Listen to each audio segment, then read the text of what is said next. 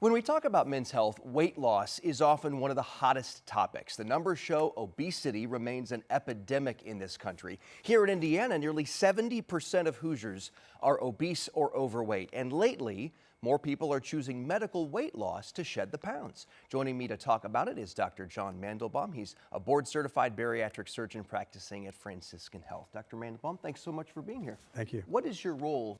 I'm the medical director of the Franciscan Health Bariatric Surgery and Medical Weight Loss Center. What makes someone a candidate for medical weight loss? We go by body mass index, which is a height-weight ratio. Normal body mass index is between 21 and 25. Okay. Once you're getting into the neighborhood of a body mass index of 27, I think that's when a patient needs to start being cognizant that, hey, I need to probably make some lifestyle changes. Once you get to 30, that's when you really need treatment.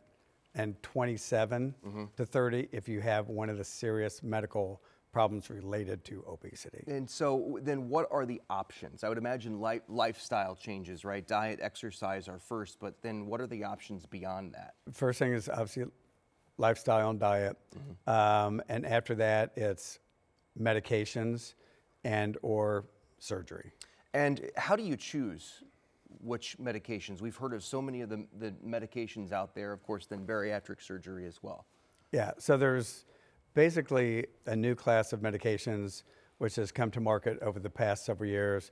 They're referred to as GLP-1s. They are shots. There's two companies that are making FDA-approved drugs. Does that take away the need for bariatric surgery for a lot of people?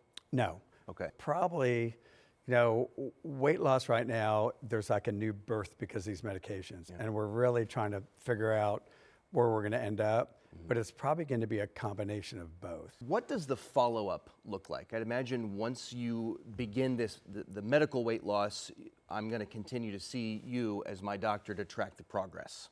Yeah, I think if it's okay, we should start, what does the beginning look like? Sure. Okay, because that's a very important part of this.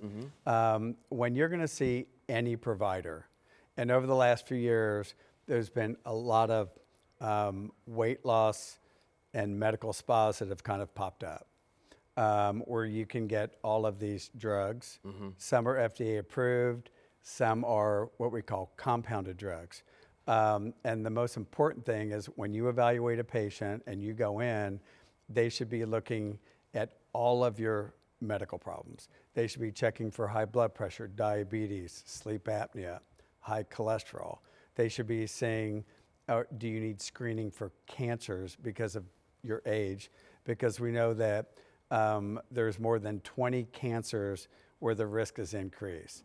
So when you go, you come, say, to our clinic, you're going to get a full assessment, a full battery of labs and a full kind of medical makeover, because a lot of patients don't go to their primary care physician or nurse practitioner regularly, and there's a lot of those things that need to be addressed. Is this a lifelong commitment? This is a lifelong commitment. So these are not, the goal is not cosmetics, although right now a lot of these drugs are being used for cosmetics.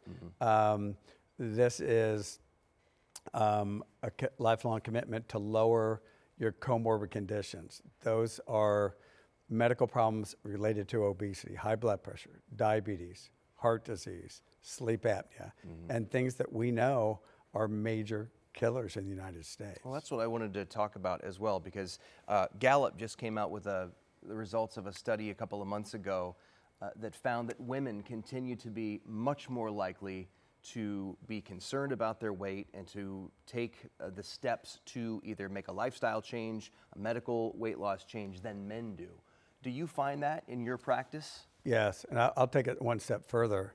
They tend to be concerned about their overall health more than men. And sadly, I can tell you when I turned 40, my wife told me, I was a very busy surgeon, she said, you need to go get a physical. And I'm like, why is that, Stacey? She said, because you've got 6 kids and a wife and you need to start going to the doctor. I found out my blood pressure's a little high. I found out that I had a little bit of elevated cholesterol. And eventually, just in a routine screening, I found out that I had a bone marrow cancer that got treated and thankfully cured. So you So are. I am a living example No of kidding. the 40-year-old that wasn't going for an annual physical. Why do you think that is? I don't know. Maybe it's part of the macho guys. We can do it ourselves. Yeah. We don't need help. And I think part of it is, because of, the men are from Mars, women for Venus. Women are going to the doctor every year because of their gynecologic exams. They're having pregnancies, and just by default, I would say the majority of women up until they're 40, they're getting most of their health care from their OBGYN because those are the doctors they're really going to, but that gets them into the system. So how do you get men to change their thinking on this when it comes to weight loss? Yeah, Do you think? I think the way you get to change is probably their significant other or wife or spouse are going to say, hey, you need to go. But I think it's probably starts with children and reinforcing to children, about healthy lifestyle.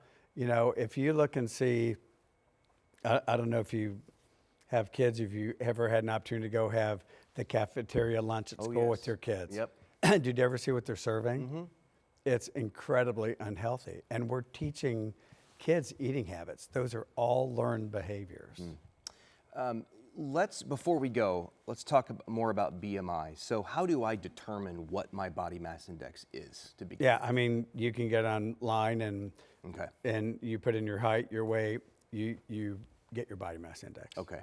And again, what should become a concern? What's that number where I'm Yeah, I need to do once you're something up to 27, you have to start thinking, hey, you know what? I need to start exercising.